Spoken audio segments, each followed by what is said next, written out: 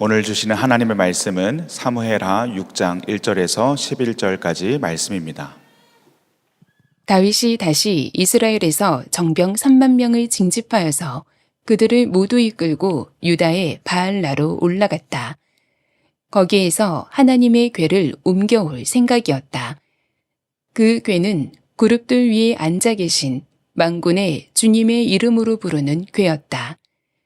그들이 언덕 위에 있는 아비나답의 집에서 하나님의 궤를 꺼내서 새 수레에 싣고 나올 때에 아비나답의 두 아들 우사와 아이요가 그 새 수레를 몰았다.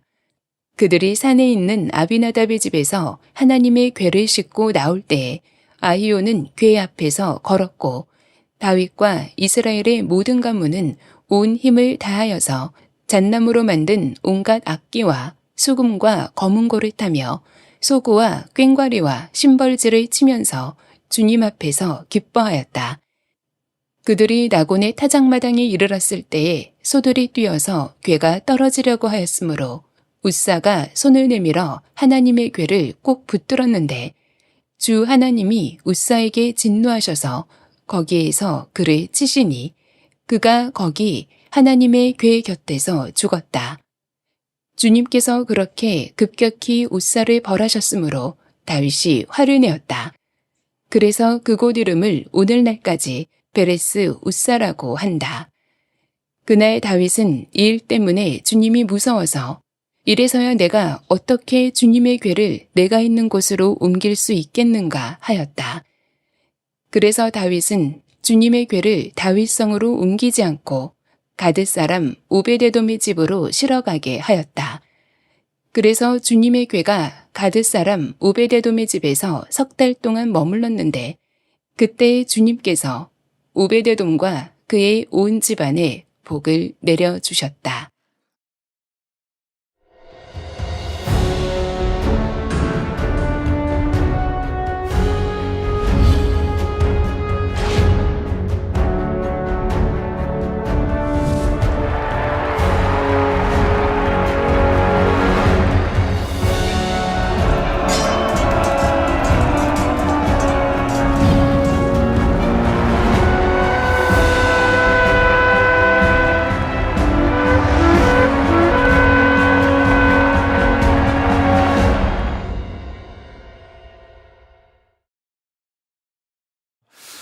사무엘하 하나님의 나라를 세우는 사람 6번째입니다. 하나님을 상자에 가두려 하지 말라라는 제목의 말씀을 나누겠습니다.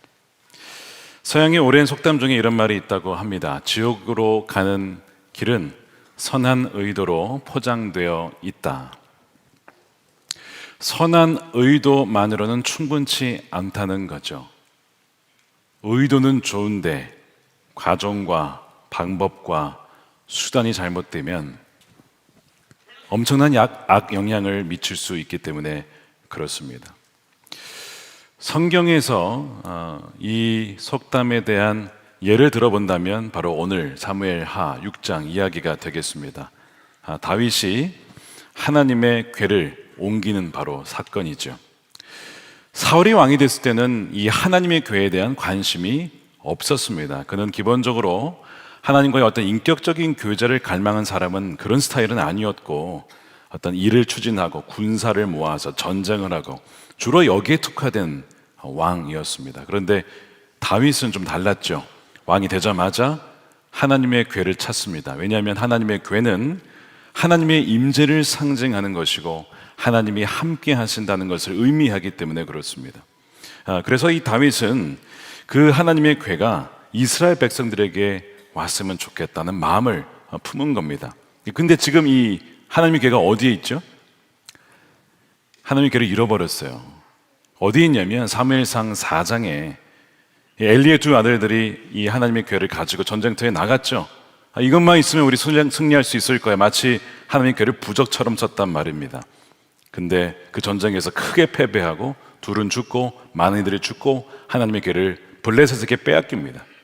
하나님의 궤는 계속 블레셋의 도시를 돌아다니다가 그 6개월간 돌아다녔어요. 그러다가 정착한 곳이 아비나답이라고 하는 집에 20년을 거기에 머물게 됩니다. 그렇게 사람들의 기억 속에 하나님의 궤는 사라지기 시작했습니다. 근데 그 다윗이 그것을 생각을 하고 그 하나님의 궤를 이제는 예루살렘 이 수도로 가지고 오려고 하는 것, 너무나 선한 의도죠. 그리하여 나만이 아니라 나와 주님과의 관계만이 아니라 온 이스라엘 백성들이 하나님 중심으로 그분의 임재 가운데 말씀 가운데 살았으면 너무 좋겠다. 그가 왕으로서 영적 지도력을 발휘한 것입니다. 그러니까 너무나 좋은 의도로 시작된 거예요. 다윗의 계획에 따라 하나님의 궤는 아비나답의 집에서 나오게 됩니다. 그의 아들 우사와 아요가 이제 앞에서 끌고 옆에서 이제 가면서 새 수레에 하나님의 궤를 가지고 나오게 되죠. 다윗이 이 3만 명의 정병을 뽑아서 호위를 하면서 또한 온 이스라엘 지파를 모아서 악기를 하나씩 준 다음에 연주를 하게 합니다. 그러니까 대단했겠죠. 오케스트라 모든 악기들이 다 연주가 되면서 하나님을 기뻐하며 찬양하는 가운데 하나님의 궤가 이제 예루살렘으로 들어오게 되는 겁니다. 근데 순간 전혀 예상치 못한 일이 벌어지게 됩니다. 이 하나님의 궤가 실려 있었던 이 새 수레를 끌던 소가 갑자기 뛰게 됩니다. 아마 어디에 걸려 넘어졌는지. 그러면서 이 수레가 기울면서 그 안에 있었던 하나님의 궤가 쓰러지게 되는 상황 속에 이 우사가 그것을 잡으려고 손을 딱 뻗었습니다. 여러분들이라면 그 붙잡지 않겠습니까? 가만 넘어지게 놔둘 사람 아마 별로 없으리라 생각합니다. 우사가 그것을 잡으려고 손을 내밀어서 잡는 순간 하나님께서 우사를 치셔서 그를 죽이십니다. 그것이 7절이에요. 주 하나님이 우사에게 진노하셔서 거기에서 그를 치시니 그가 거기 하나님의 궤 곁에서 죽었다. 여러분 생각해 보십시오. 지금 수만 명이 모여가지고 찬양하고 악기를 연주하고 하나님의 궤가 20년 6개월 만에 돌아온다라고 그렇게 기뻐하는 가운데 그렇게 찬양하고 있는데 갑자기 한 사람이 딱 죽은 거예요. 지금 이와 같이 조용해졌을 겁니다. 이게 무슨 일인가. 사람이 픽 쓰러지니까요. 찬물을 꽉 끼얹은 것처럼 분위기가 싸늘해진 것이죠. 이게 도대체 무슨 일일까요? 왜 하나님은 우사를 죽이시는 것이고 무엇이 문제였을까? 다윗은 선한 의도로 일을 했던 거잖아요. 하나님의 궤를 옮긴 것이 문제였을까? 도대체 무엇이 문제였을까? 그 자체가 문제는 아니었습니다. 하나님의 임재를 상징하는 이 법궤가 오는 것은 좋은 의도였고 하나님도 그것을 분명히 바라셨을 겁니다. 문제는 그게 아니라 하나님의 반복과 기준으로 하나님이 궤를 가져왔어야 됐어요. 하나님 율법에 정해진 대로 하나님이 택하신 방법대로. 그런데 어떻게 했습니까? 새 수레에 싣고 왔다는 거예요. 3절에 보면 이렇게 나옵니다. 그들이 언덕 위에 있는 아비나답의 집에서 하나님의 궤를 꺼내서 새 수레에 실었다는 것을 얘기하죠.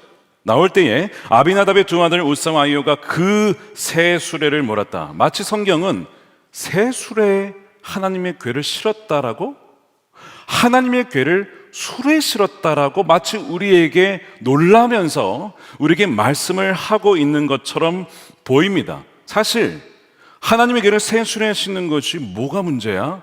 대다수의 사람들, 심지어 다윗을 포함해서 제사장을 포함해서 그것이 문제라고 여겼던 사람들은 아마 거의 없었던 것 같습니다. 만일 다윗이 이 새 수레에 하나님의 궤를 싣는 것이 문제라고 한다면 이거 문제가 있다고 분명히 얘기를 했겠죠. 알고도 그랬다면 하나님의 말씀을 무시하는 것이고요. 나름 다윗도 신경을 썼습니다. 그 수레가 그냥 수레가 아니고 어떤 수레요? 새 수레입니다. 나름 새롭게 준비해서 하나님의 궤를 모시는 것이니 정성을 들여서 헌 것 말고 새로운 수레에 모셔야 되지 않겠냐 해가지고 새 수레에 모신 거예요. 그런데 하나님의 율법에 의하면 하나님의 궤를 옮길 때 이렇게 하라고 되어 있는데 새 수레가 아닙니다. 말씀에 의하면 레위 자손 중에서 고핫 자손이 하나님의 궤의 내 귀퉁이에 고리가 있습니다. 고리. 거기다가 장대를 끼운 다음에 그 장대를 고핫 자손의 어깨에 메고 와야 했습니다. 그러면서 얘기하는 것이 뭐냐면 경고하기를 그럴 때에 절대로 그 성물에 몸이 닿아서는 안 된다라고 경고했습니다. 닿으면 죽는다라고 했어요. 민수기 4장 15절입니다. 진 이동을 앞두고 이렇게 아론과 그의 아들들이 거룩한 물건들과 물건에 딸린 모든 기구를 다 싸넣으면 이 쌉니다. 덮개로 덮어요. 위에를 포장을 해서 덮는 겁니다. 비로소 고아 자손이 와서 그것들을 둘러 매고 간다. 이때 거룩한 물건들이 그들의 몸에 닿았다가는 죽는다는 겁니다. 그럼 왜 죽죠? 거룩하신 하나님의 임재를 상징하는 그 물건에 죄인된 인간의 몸이 닿으면 그 죄가 있는 그 인간의 죄는 죄값은 사망이기에 피 흘림이 없이 하나님의 임재나 성물에 다가가면 죽음이에요. 그래서 닿으면 안 된다는 겁니다. 대제사장이 속죄를 통하여 갈 때만 갈 수가 있는 것인데 그 없이 피 흘림이 없이 간다는 것은 죽음이라는 거예요. 여러분이 뭘 말하는 거냐면 어느 누구도 하나님께 그냥 갈 수 있는 사람은 없습니다. 하나님께 나아갈 수 있는 사람은 없어요. 오직 예수 그리스도의 보혈을 통해서만 갈 수가 있는 거예요. 우리의 죄가 이렇게 심각하다는 것을 사실 보여주는 장면이죠. 민수기 7장 9절에 이렇게 되어 있습니다. 모세가 고핫 자손에게는 그들이 맡은 거룩한 임무가 어깨로 메고 다니는 일이었으므로 수레도 황소도 주지 않았어요. 거기에 실으면 안 되거든요. 그러니까 아예 수레를 그 자손에게 주지 않고 너희들은 그냥 메어야 된다. 근데 오늘 본문에 보니까 뭐도 있습니까? 수레도 있고 황소도 있고 하나님 말씀이 지금 한두 군데 벗어난 것이 아니죠.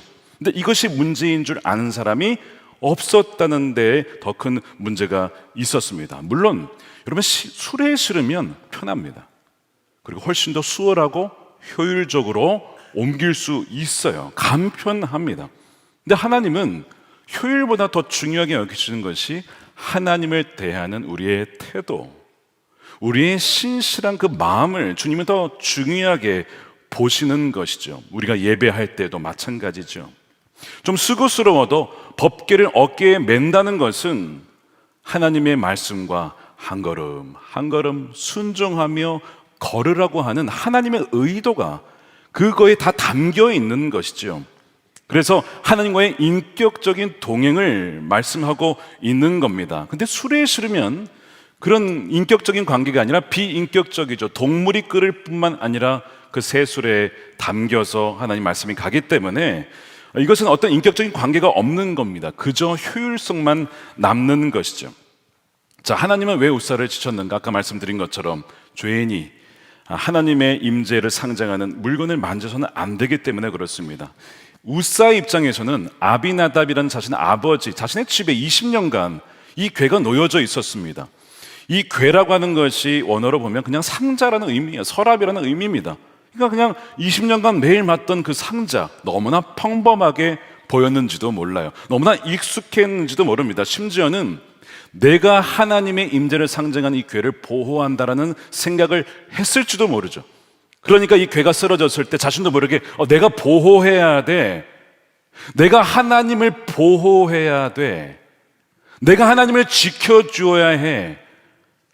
라는 생각을 했던 것입니다.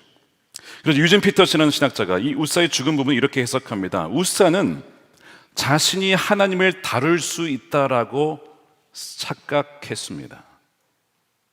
내가 하나님을 다룰 수 있고 내가 하나님을 지켜드려야 한다라는 생각이 어떻게 보면 기특해 보일 수 있지만 여러분 그렇지는 않아요. 하나님이 우리를 보호하시고 하나님이 우리를 지키시는 것이지 우리가 하나님을 보호하는 게 아닙니다.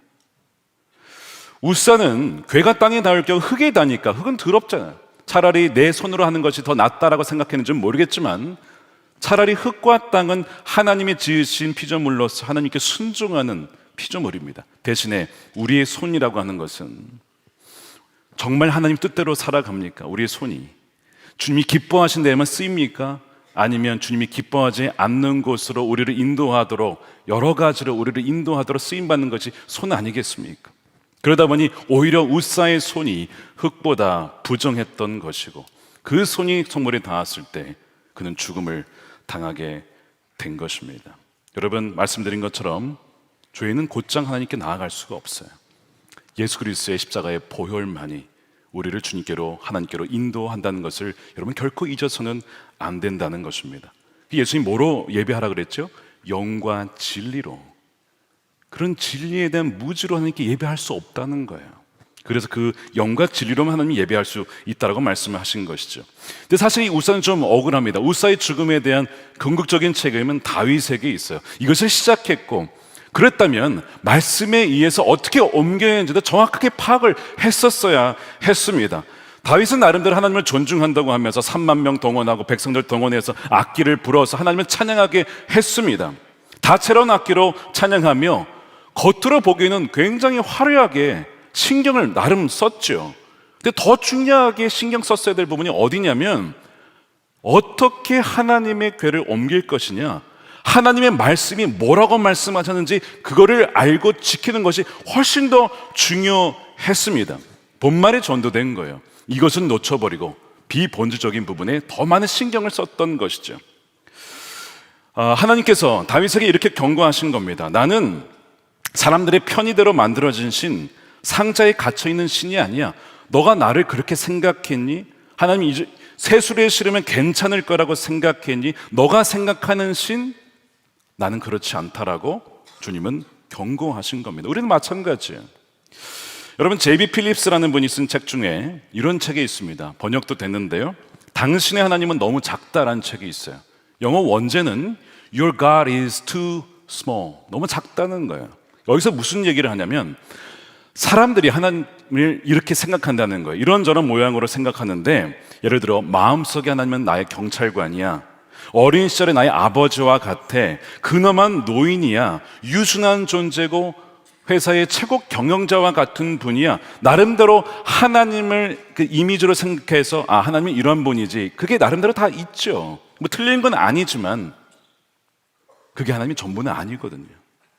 그게 하나님의 전부는 아니에요. 우리는 그저 하나님을 맛본 것 뿐입니다. 근데 마치 우리는 하나님이 그게 전부이냐, 하나님이 너무 작게 만든다는 거예요. 그래서 하나님이 너희 하나님이 너무 작다라고 말씀을 하는데, 그 챕터 중에 이런 챕터가 있습니다. 상자 속의 하나님, God in a box. 박스 안에 갇혀있는 하나님이라는 챕터가 있어요. 이 챕터에서는 이 저자가 뭘 얘기하냐면 교파주의를 비판합니다. 많은 교파가 있어요. 동방 종교에도 있고, 개신교 안에도 감리교, 침례교, 장로교 다양하게 교파가 있는데 중요한 다양성을 가지고 있는 거죠. 각각 다 장점이 있습니다. 그런데 마치 어느 교파가 진짜다, 이게 정통이다라고 주장하는 순간 하나님을 그 교파 안에 가두는 것이 된다는 거예요. 하나님은 장로교에 하나님이기도 하지만 감리교에 계시고 침례교도 계시고 우리 모두에게 계시는 것인데, 마치 한 특정 교파에만 있는 것이라고 주장한다면 그것이 바로 하나님을 박스에 가다 놓는 것이다 라고 하는 거죠. 협소하고 규율화된 하나님이라고 숭배하는 것은 이러면 우상 숭배가 되는 거죠. 그것을 이 저자가 지적을 합니다.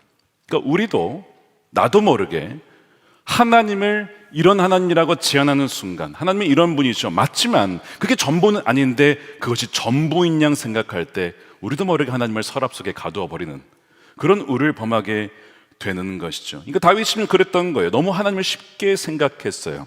새 수레를 쓰면 더 효율적일 거야. 많은 악기와 군중을 동원했으니 하나님이 기뻐하실 거야. 의도치 않게 하나님을 박스에 넣어버리는 것이죠. 하나님은 인간의 편의와 효율에 따라 움직이는 분이 아닙니다. 그분은 거룩한 분이시고, 그분은 우리의 생각보다 비교할 수 없이 크신 분이시고 초월적인 분이시며 우리의 컨트롤과 통제 밖에 계신 분이십니다. 성령의 바람은 어떻게 분다고 했죠? 불고 싶은 대로 분다. 성령은 우리의 타이밍과 때와 우리가 원하는 방향에 맞춰 부시는 분이 아니에요, 여러분. 성령은 불고 싶은 대로, 그분이 우리의 왕이시지 우리가 그분을 컨트롤할 수 있는 게 아닙니다. 근데 우리도 하나님을 섬긴다고 하면서 하나님의 상자에 이런 식으로 가둘 수가 있어요. 기도하면 다 되지. 여러분, 기도는 진짜 능력입니다. 우리가 기도할 때에 하나님께서 역사하시고 하나님께서 일하시죠. 우리가 지난주에 봤잖아요. 근데 이 기도 자체도 수단화하여서 하나님을 통제하려는 도구로 삼을 수 있습니다. 내가 기도하니까 하나님도 어쩔 수 없이 들어주셔야 해 라고 하는 생각을 가진다면 이건 잘못된 기도인 것이죠. 헌금도 마찬가지입니다. 여러분, 헌금하실 때 하나님 나에게 생명 주시고 나에게 먹을 거 주시고 입을 거 주시고 이렇게 살아갈 수 있도록 인도하신 모든 은혜에 감사하여 그 은혜에 대한 반응으로서 우리가 드리는 것이 헌금이죠. 그런데 그 헌금을 이렇게 드린다고 칩시다. 내가 이렇게 헌금을 바치고 내가 이렇게 10의 1조를 하면 하나님께서 내 기업에, 사업에, 재정에 복을 많이 부어 주셔야만 해, 주실 거야, 주셔야만 해, 이렇게 계속 주장할 때에 헌금을 통해서 하나님을 통제하려고 할 때 이것이 바로 하나님을 박스 안에 가두는 것이 될 수 있는 것이죠. 내가 하나님을 상자에 가두고 있을 때 어떤 증상이 나타납니다. 어떻게 알아차릴 수 있느냐? 바로 분노입니다. 분노. 화가 나고 짜증이 날 때 한번 잘 봐야 되는 거예요. 자, 다윗이 하나님의 길을 움직이는 이제 가져오는 이 프로젝트를 하다가 우사가 죽으면서 이게 중단이 되잖아요. 그때 다윗의 반응이 뭔지 아십니까? 뭐 본문에 나와 있어요. 화를 냅니다. 8절 보십시오. 주님께서 그렇게 급격히 우사를 벌하셨으므로 다윗이 화를 냈다. 여러분, 하나님께 화를 낸 건 아닐 거예요. 그냥 지금 이 프로젝트가 중단된 거, 나의 의도대로 되지 않은 것에 대한 분노를 지금 표출하는 것이죠. 그러면서 그곳 이름을 오늘날까지 베레스 우사라고 지었다는 겁니다. 여러분, 지난주에 바알바라심 기억나세요? 하나님께서 나의 대적을 돌파하게 하셨다. 이 바알브라심이라고 하는 브라심의 단어의 원어가 바라스거든요. 돌출하다, 폭발하다는 의미입니다. 근데 이 바라스는 단어가 오늘 여기도 나와요. 어디에? 베레스입니다. 베레스. 똑같은 단어입니다. 근데 지난주에는 하나님께서 대적을 물리쳐 주시는 돌파하시는 주문을 역사하셨는데 오늘은 어떻게 역사하십니까? 하나님이 거룩하심을 무시한 자를 심판하시는 주님으로 나타나셨어요. 뭘 말씀하고 있는 것이죠? 여러분, 하나님은 우리가 컨트롤할 수 있는 분이 아니라 경외함이 없는 종교에 대한 하나님께서는 징계하실 수 있다는 겁니다. 하나님은 우리의 기대나 바람대로 움직이는 분이 아니에요. 한 작가가 이것을 이렇게 표현했습니다. 하나님은 다윗의 편이지만 다윗이 하라는 대로 움직이는 분은 아니다. 다시 말씀드리겠습니다. 하나님은 다윗의 편이지만 다윗이 하라는 대로 움직이는 분은 아니다. 우리도 이렇게 생각할 수 있습니다. 하나님 우리 편이시죠. 하나님 우리와 함께 하시죠. 임마누엘이시죠. 근데 그것이 하나님께서 우리의 마음대로 움직인다는 뜻은 아닙니다. 우리가 이것을 놓칠 때가 있어요. 우리가 이것을 모를 때가 있습니다. 다윗이 왜 화를 내었느냐? 자신의 뜻대로 안 됐기 때문에 그렇습니다. 내가 선한 의도로 하나님의 괴를 가져오겠다는데 왜 이게 중단되냐 이거죠. 그러면서 막 화가 나는 거예요. 지금 사람이 죽었어요. 우사가 죽었습니다. 이 슬퍼해야 될 시간에 다윗이 화를 냈다는 것은 뭔가 문제가 있는 거죠. 다윗에게 뭐가 문제가 있는 겁니다. 그가 지금 하나님을 통제하려고 하고 박스에 가두려고 했다는 증거 중 하나입니다. 만일 누군가가 하나님의 기업을 세운 다음에 이건 하나님의 기업입니다. 하나님이 사장님이십니다. 저는 그저 종업원입니다. 이렇게 이제 여기고 시작을 했어요. 일을 하다 보면 이 계획대로 플랜대로 되기도 하지만 안 될 때도 있어요. 근데 그러다 보면 갈등이 발생하고 동역자에게 짜증을 내기도 하고 화를 내기도 하고 막 이렇게 이런 일이 발생합니다. 선한 의도로 시작했는데 왜 이런 일이 일어날까요? 그 의도의 동기도 살펴봐야겠지만 의도는 맞지만 과정이 잘못된 것일 수 있어요.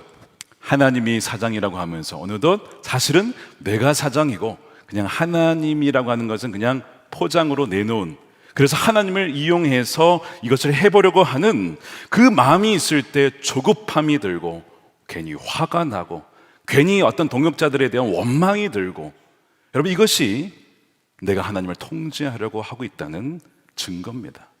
참 부끄러운 고백을 제가 관련해서 좀 드릴게요. 2014년, 지금으로부터 11년 전이죠. 미국에서 제가 대학원 공부를 아직 마치기 전이었고 담임 목회를 시작한 지 한 6개월이 지났고 자녀 마지막 막내가 태어나서 셋째가 있어서 셋을 애를 키워야 했던 그런 때에 어느 날 주일 전날 토요일이 되었습니다. 말씀을 준비하고 있었는데 이 말씀이 매번 이렇게 다 정리가 잘 되는 게 아닙니다. 준비하다 보면 시간이 걸리기도 하고 때로는 좀 스트러글 할 때도 있어요. 막 말씀 가지고 씨름을 하고 있었고 아내는 나름대로 육아 문제로 굉장히 힘들었어요. 그러니까 남편의 도움이 필요하잖아요.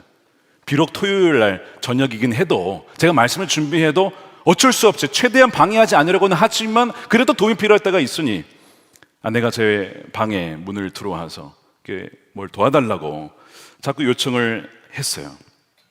근데 저는 뭐 그 아내의 그런 사정을 제대로 모르는 상황에서 아내가 자꾸 들어오니 저도 모르게 아내에게 짜증을 내고 말았습니다. 이렇게 얘기를 했습니다. 여보, 지금 설교 준비하고 있는 거 안 보여? 제가 말하고서 너무 지금 마음이 막 성령이 막 지금 근심이 막 벌써 제가 그렇게 나쁜 사람 아닌데 제가 사실은 굉장히 고민 많이 했습니다. 서로 이상하게 보실까 봐. 근데 그땐 저도 모르게 이 짜증이 밀려왔어요. 아내가 미안하다고 하면서 방문을 닫고 나갔습니다. 나름 아내도 왜 모르겠어요. 주일 전날인데 제가 얼마나 좀 준비를 많이 하고 있는지 알 텐데 얼마나 오죽했으면 그 시간에 저를 찾아왔겠습니까? 제가 그러고 나서 이제 가만히 있는데 성령의 책망이 막 밀려왔어요. 성령께서 뭐라고 하시냐면, 너 지금 설교 준비한다며 아내에게 짜증낸 거니? 그럴 거면 설교하지 마. 그냥 설교하지 마. 설교 안 해도 괜찮아. 아내 잘해줘 그냥. 그런 마음으로 막 저를 책망하시는 거예요. 진짜 부끄럽더라고. 아니, 설교한다는 사람이 아내에게 짜증을 낸다? 이건 말도 안 돼. 그냥 강당에서 내려와야죠 그냥. 그러니까 말씀 준비가 안 되는 거예요. 성령님께 막 혼나고 주님께 죄송하기도 하고 창피하기도 하고 아내에게 미안하기도 하고 막 복합적인 마음이 들었어요. 여러분, 제가 왜 짜증을 냈을까요? 짜증의 원인을 아직 분석을 해봤습니다. 제가 왜 짜증이 났을까? 설교 준비를 잘해서 은혜로운 예배를 준비하려는 선한 의도로 제가 준비하고 있었잖아요. 그렇죠? 선한 의도잖아요. 예배가 은혜로워야지 그럼 뭐 지루하면 되겠습니까? 근데 그 의도 속에 뭐가 있었냐면, 하나님께서 강력하게 역사해 주셔야만 해 라고 하는 컨트롤. 하나님께서 거기 역사해 주셔야 돼, 이 말씀 가운데 일해 주셔야만 해 라고 하는, 저도 모르게 하나님을 통제하려고 하는 그 마음이 있었는데 그 뜻대로 안 되니까 짜증이 나는 거야. 제가 하나님께 회개하고 그 다음에 아내를 찾아갔어요. 여보, 정말 미안해. 아내도 왔다 갔다 할 거예요. 이 사람 왜 이러나, 아까 짜증냈던 언제고 이제 와가지고. 아내에게 정말 제가 사죄를 하고, 제가 다시는 이런 일로 당신에게 짜증내지 않을게. 그 뒤로 어떻게 됐을까요? 그 뒤로 제가 설교 준비하면서 짜증냈을까요? 믿거나 말거나 한 번도 짜증을 내지 않았어요. 저는 그렇게 기억했는데 또 팩트 체크를 해봐야 되잖아요. 그러니까 어제 제가 아내에게 물어봤어요. 혹시 그 뒤로 내가 짜증낸 적이 있냐? 없다는 거야. 할렐루야. 주님의 은혜죠. 여러분, 그게 아니라 박수식이 아니고 오늘 설교도 짜증 안 내고 준비한 겁니다, 여러분. 제가 이제 지난 날을 돌아보면서 이 다윗이 화를 내는 장면에서 그 생각이 났어요. 그래, 다윗이 왜 화를 냈을까요? 뜻대로 안 되는 거예요. 여러분, 일을 하실 때, 가정에 있을 때, 자녀와 있을 때, 심지어 사역을 할 때에도 화가 났을 때, 화날 일이 있으면 한번 점검해 보세요. 이게 화낼 일일 수도 있는데 의로운 분노도 있으니까요. 그런데 회개해야 할 일일 수도 있습니다. 회개해. 다윗은 지금 여기서 화낼 게 아니라, 하나님, 제가 말씀을 몰랐습니다.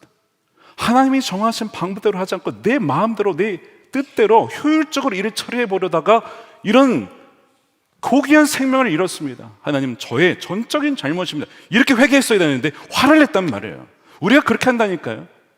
우리가 우상을 섬기고 우리가 하나님을 통제하려고 하는 그 죄악 속에 있음에도 불구하고 회개하기는커녕 사람들에게 짜증내고 화를 내는 거예요. 이게 정확하게 우리의 모습 아니겠습니까? 사실 하나님께서 다윗에게 원하는 것이 뭐였을까요? 야, 수만 명 모여서 그렇게 준비해야 돼 하는 그걸 원하신 건가요? 여러분, 그렇지 않습니다. 저에게도 마찬가지예요. 야, 하나님께서 저에게 원하신 게 뭘까요? 사람들 많이 2만 명, 3만, 그걸 원하신 거예요? 그렇지 않습니다. 다윗에게 원한 건 뭐냐면 작은 것이라도 그냥 말씀에 순종하는 거예요. 수만 명 필요 없어, 괜찮아. 그냥 세수레 말고 말씀 그대로 고아 자손이 그냥 어깨에 메고 가면 돼. 그걸로 족한 거야. 근데 우리는 그것을 놓치고 뭔가 규모나 겉으로 보기에 화려하고 뭔가 사람들이 뭔가 알아줄 것만 같은 그런 걸 해야 하나님이 기뻐하신 줄 알고 그렇게 추진을 하다가 화나고 짜증나고 심지어 누군가가 영적으로 죽어나가는 그런 일이 일어날 수 있는 거예요. 여러분, 이 다윗은 누구냐면 우리와 같은 존재입니다. 다윗은 제사장이 아니잖아요. 다윗은 오늘날 얘기하면 평신도와 같은 사람이잖아요. 근데 다윗은 뭘 상징하냐면 하나님의 대리 통치자예요. 우리도 하나님의 대리 통치자입니다. 정치, 경제, 사회, 문화, 교육, 가정, 종교 각 영역 속에 하나님의 뜻을 살아내므로 선포함으로 우리에게 그 사명을 맡겨주셨어요. 그런데 우리에게 주어진 것이 거창한 것이 아니라 그저 말씀에 순종하면 된다고 말씀을 하셨어요. 그래서 왕이 되면 왕이 지켜야 될 것이 뭐냐라고 했을 때 신명기 17장 18절에 이렇게 얘기했습니다. 왕이 오른 사람은 이 율법책을 두루마리에 옮겨 적어 평생 자기 곁에 두고 읽어야 된다. 왕이라고 했죠. 여러분, 왕 같은 제사장들이시잖아요. 다윗이 왕이지만 제사장은 아니지만 근데 이 왕이 주신 말씀이 평생 말씀 곁에 두면서 읽고 순종하라는 걸 그러면서 자기를 택하신 주 하나님의 경외하기를 배워야 된다.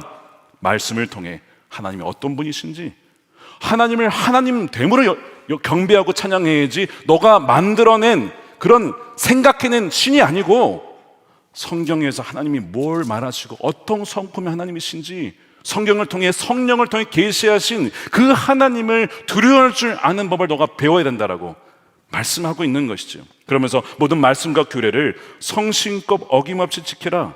우리는 할 수 없지만 성령이 우리 안에 계시기 가능하죠. 마음이 교만하여져서 결례를 업신여긴 일도 없고 다른 민족, 다른 사람들 업신여기지 말라는 거예요. 견해와 이견이 달라도 업신여기지 말라는 거예요. 계명을 떠나 좌로나 우로나 치우치지 말라는 겁니다. 그와 그의 자손이 그러면 오래도록 이스라엘의 왕위에 앉게 될 것이다. 이것이 지도자에게 필요한 영적 루틴이었습니다. 말씀드린 것처럼 중요한 것은 그걸 통해서 하나님을 경외하기를 배워야 된다. 여러분, 경외라고 하는 것은 하나님을 사랑하는 것과 존중하는 것과 두려워하는 것이 결합된 단어입니다. 이것이 경외함이에요. 우리가 하나님을 너무나 쉽게 여기는 경향이 있어요. 다윗은 하나님과 친했지만 친밀했지만 어느덧 하나님에 대한 경외심을 잃어버린 것입니다. 그래서 하나님의 약속이 뭐냐면 하나님의 친밀하심이 누구에게 있느냐? 여러분, 나 정말 하나님과 친밀하게 대화하며 동행하고 싶습니다. 여러분, 그거 원하십니까? 그러면 여러분 약속하신 게 있어요. 성경에 하나님을 경외하기를 배우면 친밀함이 있을 것이라고 말씀하셨습니다. 시편 25편 14절 함께 읽어보겠습니다. 시작. 여호와의 친밀하심이 그를 경외하는 자들에게 있으며 그의 언약을 그들에게 보이시리로다. 다윗이 지난 수년간 주님과 동행하며 친밀함을 누렸는데 어느덧 말씀을 잃어버리고 잊어버리고 무지하여 그 선을 넘었어요. 친밀한 것과 편한 거는 다릅니다, 여러분. 이런 말이 있어요. 사이가 좋으려면 사이가 있어야 된다. 맞죠? 사이가 좋을수록 어느 정도 거리가 있어야 됩니다. 하나님과 친밀함을 추구할수록 하나님을 경외하는 걸 알아야만 친밀함을 누릴 수가 있어요. 근데 다윗은 그것을 잃어버린 거예요. 하나님은 하늘에 계신 초월적인 분이신데 우리 아버지래요. 근데 그 다음에 이름이 거룩히 여김을 받으시고 그분은 거룩하신 분이십니다. 아버지와 같이 친밀한 분이면 동시에 거룩한 분이세요. 예수님은 어린 양이시죠. 우리가 같이 와 귀여워 이렇게 어린 양 쓰던 가까이 다가가실 수 있는 분인데 그분은 유다의 사자이십니다. 나니아 연대기에서 아슬란이 어떤 분이 어떤 사자냐라고 할 때에 가까이 하기 어려운 자이지만 선한 자야, 이런 표현이 있어요. 두려워할 만한 자이지만 선한 자야. 예수님에 대한 표현이거든요. 그 다윗이 이 경외함을 배우게 됩니다. 처음에는 분노했다가 하나님을 두려워하기 시작해요. 오늘 그것이 9절입니다. 다윗이 그날에 여호와를 두려워하여 이르되 여호와의 개가 어찌 내게로 오리요? 내게로 오는 것은 이 친밀함을 원하는 것인데 근데 두려움을 통하여 하나님의 친밀함을 배우는 것을 다시 시작하게 됩니다. 그래서 이 프로젝트는 중단이 돼요. 3개월간 중단이 되고 다윗은 하나님 경외하는 법을 배우기 위해서 뭘 했을까요? 이제 말씀을 연구합니다. 하나님의 궤를 옮겨오려면 어떻게 해야 되는지. 자, 그 기간 동안 괴는 오벳 에돔이라는 자의 집에 머물게 됩니다. 10절에 보니까 오벳 에돔은 가드 사람, 즉 블레셋에서 태어났는지 블레셋에서 온 사람인지는 모르겠지만 어쨌든 블레셋 지역의 가드 출신이라고 했습니다. 성경에 오벳 에돔이 동명이인이 나와요. 하나는 레위 지파 출신의 성전 문지기가 있고, 오늘 이 오벳 에돔은 다른 사람으로 나옵니다. 가드 사람, 이방인이라는 거예요. 이방 출신이라는 거예요. 근데 왜 이 사람 집에 뜬금없이 하나님의 괴가 갔을까요? 자, 생각해 보세요. 지금 우사가 죽었어요. 만졌다가 죽었어요. 그 하나님의 괴를 자신의 집에 드릴 분 한번 손 들어보세요. 뭐 청소하다가 만지면 죽는 거 아니야? 이거 지나가다 건드리면 죽는 거 아니야? 그거를 누가 집에 드리겠냐고. 다 거절하는, 다 부담스러워하는. 우리 집 안 된다고, 나 죽을 것 같다고 다 거절하니, 가드 사람이라고 하는 블레셋 사람, 뭐 죽어도 괜찮을 만한 사람라고 여기는 줄 모르죠. 그 가드 사람에게 그걸 보냅니다. 아니, 오벳 에돔이라고 그거를 자기네 집에 드리기 쉽겠습니까? 자기도 죽을 줄 모르는데. 근데 순종합니다. 받아들입니다. 어떤 일이 벌어졌습니까? 11절 보세요. 그래서 주님의 괴가 가드 사람 오벳 에돔의 집에서 석 달 동안 머물렀는데, 그때 주님께서 오벳 에돔과 그의 온 집안에 복을 내려 주셨다. 사실 다윗이 원한 게 이거거든요. 하나님 복이 임하는, 임재를 원하는 건데 그의 집에 간 거예요. 이게 무슨 복인지는 정확히 나와 있지 않지만 뭐 건강과 자녀들에 대한 복이나 형통 뭐 이런 복이었겠죠. 중요한 부분은 뭐냐면, 성경은 오늘 10절과 11절에 계속해서 오벳 에돔을 뭐라고 표현하냐면 가드 사람 오벳 에돔, 가드 사람 오벳 에돔의 집에 복이 내렸다. 뭘 강조하냐면 이방인 블레셋 사람에게도 하나님이 복을 주셨다는 거예요. 이게 충격적이라는 거죠. 왜요? 지금까지 하나님의 임재와 복은 누구에게만? 이스라엘 백성에게만 임한다라고, 하나님은 그런 분이라고 뭐 한 거예요? 상자에 가둬놨잖아요, 하나님을. 근데 그 하나님이 블레셋에서 온 가드 사람 오벳 에돔의 그 한 사람도 아니고 집안 전체에 복을 주셨다라고? 하나님이 그런 분이라고? 그래서 성경은 가드 사람 오벳 에돔, 가드 사람, 이 충격적이라는 겁니다. 하나님에 대한 사고를 완전히 깨트려 보는 거예요. 여러분, 지금 여러분이 생각하기에 어느 나라와 민족은 복을 받지 못할 거예요. 혹시 그런 생각하신 분 계십니까? 우리 일본, 우리나라 힘들게 했으니 저 나라는 망해야 돼. 저 중국이나 저 중동은 하나님 임재를 누리지 못할 거야. 여러분, 과연 그럴까요? 일본이나 중국이나 중동이나 하나님 거기서 역사하시고, 하나님께서는 사람들이 찾아가셔서 꿈에도 나타나시고 복음을 통해서 지금도 구원하고 계십니다. 우리가 하나님을 제한시켜서는 안 되고 박스에 가둬서는 안 된다는 거예요. 오벳 에돔이 순종하였을 때 그의 집에 복이 임하였던 것처럼 누구라도 예수님께 나와 순종하면 복을 누리게 될 줄로 믿습니다. 오벳 에돔과 관련해서 에피소드가 하나 있는데, 2018년쯤에 미국 목회를 하던 중에 그 미국 감리교회, 한인 감리교회 연합으로 이제 묵상집을 만들고 있었는데, 12개월 중에서 이제 한 달치를 맡아서 이제 묵상을 집필해 달라는 이 집필 초청을 제가 받았어요. 너무 영광스럽긴 한데 너무 부담이 되는 거예요. 수많은 사람들이 보는 집필 이 책인데 이 해석을 잘못하거나 뭐 잘못 묵상하면 이거 완전히 이따 망신당하는 거 아니에요? 그러니까 두려움도 있고 걱정도 있고 그러는 가운데 영광스럽기도 하고, 그래서 이제 그 해 여름에 집필전 워크숍에 갔습니다. 갔는데 거기에 이제 예배를 드리는데, 예배를 인도하는 목사님께서 본문 택한 것이 이 사무엘하 6장 오벳 에돔 이야기였습니다. 여러분, 굉장히 부담되시죠?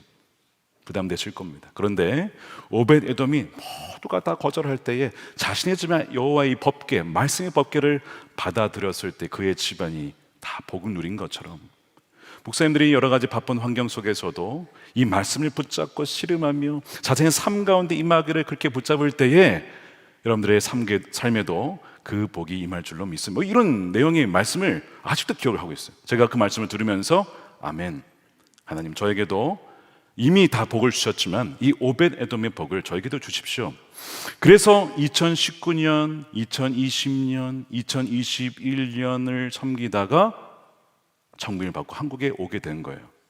그래서 저는 이 청빙을 받고 하나님이 저를 불러주신 것에 대해서도 하나님이 주신 은혜요 복이라고 생각하지만, 이 오벳 에돔의 복은 저에게 주신 것은 다름 아니라 더욱더 그 이후로 제 자신이 하나님 말씀 안에 머무는 삶을 살게 되고, 하나님을 상자에 가두려기보다는 말씀을 통해서 하나님을 알고 경외함을 더욱더 배우게 된 것이, 이것이 제게 주신 하나님 복이구나 하는 것을 알게 되었어요. 지금도 그것을 누리고 있고, 저는 그래서 그때 이후에 이 교회에 오고 나서 그래서 만들게 된 게 뭐예요?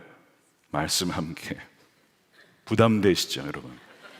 말씀 함께 가면 하나님이 여러분들이 집에 막 가라고 하면 부담되시죠? 근데 여러분, 그 말씀을 붙잡고 한번 살아보십시오.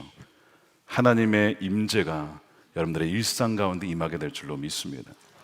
여러분, 하나님은 특정 종파와 신념에 매이고 갇히는 분이 아닙니다. 하나님은 한 나라보다 크시고 열방보다 크시고 우주보다 크신 하나님이십니다. 여러분들, 하나님을 작게 만들지 마십시오. 하나님, 우리가 때로는 그 하나님을 상자 안에 가두는 경향이 있어요. 요나가 하나님을 자신의 민족만 하나님이라고 가두려고 했던 것처럼, 우리도 우리만의 하나님, 우리 민족만의 하나님에 가두려고 하는 경향이 있다는 것 우리가 깨달을 때에 하나님, 우리를 용서해 주십시오. 우리가 회개할 수 있어야 됩니다. 유명한 일화입니다. 미국 남북전쟁 당시에 링컨 대통령의 어드바이저 중에 한 명이 이런 얘기를 했습니다. 북부 연합군의 편에 서신 하나님께 감사합니다라고 얘기를 했어요. 그때 링컨이 이렇게 얘기를 했습니다. 제가 걱정하는 것은 하나님께서 우리 편에 계시는지 아닌지가 아닙니다. 저의 가장 큰 걱정은 하나님 편에 서 있는가? 바로 그것입니다. 왜냐하면 하나님은 항상 옳으시기 때문입니다. 여러분, 사람은 항상 옳지는 않습니다. 옳기도 하고 그르기도 하고, 우리 안에 옳은 면이 있고 틀린 면이 있는데 뭐가 옳은지 틀린지를 모른 채 살아갈 때가 너무나 많죠. 우리는 무지한 사람이에요. 누군가가 전쟁의 승리를 가지고 위해서 하나님을 이 북부 연합군만의 하나님으로 규정하려고 할 때에, 상자 안에 넣으려고 할 때에 링컨은 뭘 거부한 겁니까? 하나님은 북부 연합군만의 하나님이 아니십니다. 그렇게 거부한 겁니다. 비록 남북군이 노예제를 지지하면서 하나님 뜻에 어긋나긴 했지만 그들도 하나님의 형상으로 지음받은 우리의 동족입니다. 이게 링컨의 위대한 점입니다. 하나님 말씀을 지켜내고 그 편에 서려고 하면서 전체 민족을 품으려 했던 지도자였지요. 극심한 분열을 겪는 이때에 하나님 나라를 세우는 그리스도인들이 너무나 중요한 때입니다. 하나님의 말씀을 기준으로 하여 진리의 말씀을 선포하고 살아내므로 거짓과 속임수를 드러내고 또한 제거하며 또한 물리치는 일이 우리에게 중요합니다. 그러나 동시에 우리가 알아야 될 것은 내가 상자 안에 갇혀 있을 수 있다라고 하는 것, 내가 좌로나 우로나 아까 말씀대로 치우쳐 있을 수 있다라고 하는 것, 내가 상자 안에 갇혀서 하나님을 그 상자 안에 가두려고 할 수도 있다라는 것을 깨달을 때에 우리가 회개함으로 하나님은 크신 하나님이십니다. 하나님은 우리 모두의 하나님이십니다. 우리가 오늘 찬양한 것처럼 우리는 예수 그리스도 안에 하나입니다. 주 예수님의 빛으로 어둠을 몰아내 주시고, 주님께서 피 흘려서 모든 원수되었던 그 모든 장벽들을 다 허물고 하나 되게 하신 것, 그러면 우리가 복음에 합당한 삶을 살도록 하나됨을 힘써 지킬 수 있도록 하는 것이 우리 그리스도인들이 너무나 중요하게 감당해야 될 사명인 것이죠. 우리가 이 시간 우리 함께 기도했으면 좋겠는데요, 이렇게 회개하면서 좀 기도했으면 좋겠습니다. 주님, 하나님을 저의 생각대로 재단하며 제한하려 했던, 그래서 하나님을 박스에 가둬 놓으려고 했던 저의 죄를 용서해 주시기를 원합니다. 선한 의도로 시작을 했는데 하나님을 이용하여 나의 뜻을 이루려고 했던, 통제하려고 했던 죄를 용서해 주십시오. 뜻대로 안 된다고 짜증내고 화를 냈던 죄를 용서해 주십시오. 진정 하나님과 친밀해지고 싶은데 그 전에 하나님을 경외하는 법을 배우게 해 주십시오. 우리 그렇게 원하신 분들 가슴에 좀 손을 얹고 기도했으면 좋겠습니다. 하나님, 하나님의 친밀하심이 하나님을 경외하는 자에게 있을 것이라고 말씀해 주셨습니다. 주님, 이 시간에 하나님을 두려워할 줄 알고 하나님이 이미 온 우주의 왕이신데 마치 우리가 하나님을 보호해 드려야 되고 마치 하나님은 우리만의 하나님인 것처럼 그 하나님을 축소시키려 했던 우리의 어리석음을 용서해 주시고 크고 위대하신 하나님, 하나님의 하나님 되심을 찬양하며 엎어드릴 수 있는 우리가 되게 해달라고 우리 함께 통성으로 기도하겠습니다. 살아계신 아버지 하나님 감사합니다. 이 시간 하나님의 백성들이 나와 찬양하며 예배합니다. 하나님을 상자 안에 가두고 작은 하나님, 너무나 쉬운 하나님으로 만든 우리의 어리석음을 이 시간 용서하여 주시옵소서. 이 시간 하나님 거룩한 백성들의 주 앞에 나와 자신들의 죄를 회개합니다. 하나님을 사랑한다고 하지만 나의 방법과 나의 뜻대로 나의 가정을 추구하면서 뜻대로 되지 않을 때에 화를 내고 짜증냈던 이 다윗과 같은 모습이 우리 안에 있었음을 고백합니다. 주여, 우리를 불쌍히 여겨주시고 하나님, 다윗의 편에 있었지만 하나님은 다윗의 뜻대로 움직이는 분은 아니었습니다. 우리 하나님 뜻대로 움직이려고 했던 그 모든 죄악들과 교만을 이 시간 용서하여 주시고 자라나 우러나 치우치지 아니하며 하나님 말씀에 진리의 말씀에 거하여 늘 하나님 오르신 하나님 편에 서 있는 하나님의 백성들이 되게 하여 주시옵소서. 살아계신 아버지 하나님 감사합니다. 오늘 거룩한 주일을 맞이하여 하나님을 찬양하며 예배할 수 있도록 우리를 인도해 주심에 감사드립니다. 아버지 하나님, 이 시간 고백합니다. 우리가 하나님을 너무 작은 하나님으로 여겼습니다. 너무 쉬운 하나님으로 여겼습니다. 선한 의도를 가졌지만 나도 모르게 하나님을 내 통제권 안에 두려고 했고 나의 뜻대로 하나님이 역사에 주셔야만 한다라고 하나님을 또한 조종하려고 했던 그런 마음들이 있었다면 이 시간 고백하오니 주여, 주의 십자가의 보혈로 우리를 깨끗이 용서하여 주시옵소서. 다시는 그런 교만한 죄에 빠지지 않게 해주시고 하나님의 통치와 다스림 안에 순종하며 또한 항복하며 우리의 온 의지와 감정과 뜻을 주님께 내어드릴 수 있는 우리 거룩한 주의 백성들이 다 되기를 원합니다. 하나님, 좋은 의도로 시작했지만 뜻대로 되지 않아 화를 내고 짜증냈던 순간들을 이 시간 고백하며 우리 동역자들, 우리의 배우자들, 자녀들에게 상처를 주었던 것이 있습니까? 주여 하나님, 그 모든 아픔도 치유하여 주시고 하나님 마음에 상처가 되지 않게 해 주시옵시고 성령으로 치유하여 주셔서 이 모든 것이 지나갔고 이제는 새로운 피조물이 되었으므로 이제는 정말 하나님을 경외함으로 또 하나님과의 친밀함으로 주님과 친밀히 동행해 나갈 수 있는 하나님의 존귀한 백성들이 되게 하여 주시옵소서. 아버지 하나님, 좌로나 우로나 치우치지 아니하며 늘 진리의 말씀 가운데 서기를 원합니다.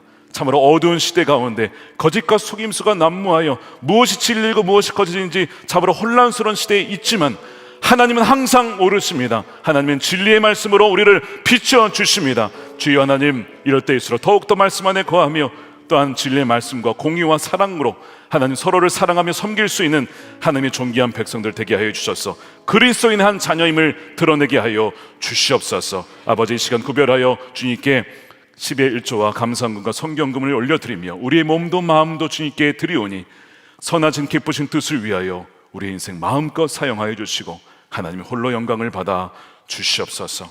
남과 북이 복음으로 통일되게 하여 주시고 북한에 억눌려 있는 사람들 너무나 많습니다. 김국기 목사님, 김정은 목사님, 최충길 선교사님, 장문석 집사님 비롯한 묶여있는, 갇혀있는 하나님의 자녀들을 속히 주여 풀어 주시옵소서. 함께 예배하는 그날이 속히 오게 하여 주시옵소서. 땅끝까지 복음이 증거될 수 있도록 모든 복음의 장벽들이 무너지게 하여 주시고 언어의 장벽, 문화의 장벽, 하나님 성경이 번역되어서 복음이 증거되어 주의 오실 길을 예비하는 하나님의 선교적인 백성들 다 될 수 있도록 주여 우리를 사용해 주시고 영광받아 주옵소서. 감사함이 예수님의 이름으로 기도드립니다. 아멘. 다 같이 일어나셔서 준비하신 예물 드리면서 찬양하겠습니다. 아멘. 축도하겠습니다. 이제는 우리의 영원한 왕 대신 예수 그리스도의 크신 은혜와 인간의 머리로 측량할 수 없는 아버지 하나님의 사랑하심과 우리와 늘 함께 하시는 성령님 감화감동 교통 내주 하심이 하나님을 상자 안에 가두려고 했던, 하나님을 작은 하나님으로 여겼던 우리의 모든 무지와 죄를 고백하고 돌이켜 하나님이 크고 위대하신 하나님, 전능하신 아버지 하나님으로 고백하며 나아가는 사랑하는 모든 성도들 머리 위에 저들의 가정과 일터와 기업과 사랑하는 자녀들과 다음 세대와 이 교회, 한국교회와 또한 주의 사랑하는 나라 저국 대한민국과 이 한반도 열방 가운데 영원히 함께 하시기를 간절히 축원하옵나이다. 아멘.